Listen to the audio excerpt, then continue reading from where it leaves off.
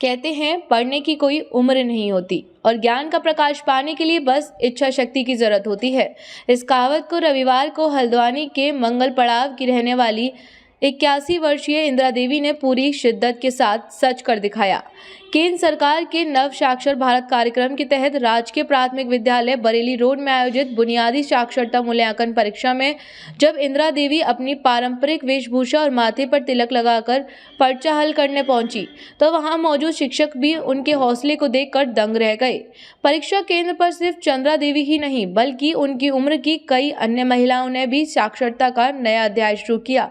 इनमें मंगल पड़ाव की 72 वर्षीय मुन्नी देवी, पांडे बगीचा निवासी 76 वर्षीय पनूली गोस्वामी और 65 वर्षीय राधिका तिवारी शामिल रहीं। इन सभी बुजुर्ग महिलाओं ने 3 घंटे तक चले प्रश्न पत्र में पूरे उत्साह के साथ भाग लिया, सभी सवालों के जवाब दिए। 81 साल की इंदिरा देवी ने बताया कि बचपन में किन्हीं कारणों से वे स्कूल नहीं जा सकी, लेकिन मन में हमेशा एक कसक रहती थी कि काश वे भी पढ़ लिख पाती। जब शिक्षा विभाग के वॉलंटियर्स उनके घर पहुंचे और उन्हें साक्षर बनाने का प्रस्ताव दिया।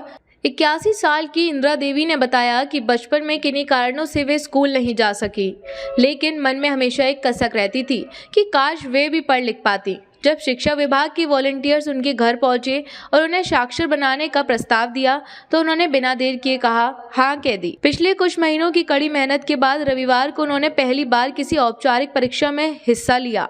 3 घंटे तक एकाग्रता के साथ सवालों के जवाब दिए। वहीं 76 वर्षीय पनूली गोस्वामी का प्रेरणा का स्रोत आज का डिजिटल युग और उनके नाती पोते हैं।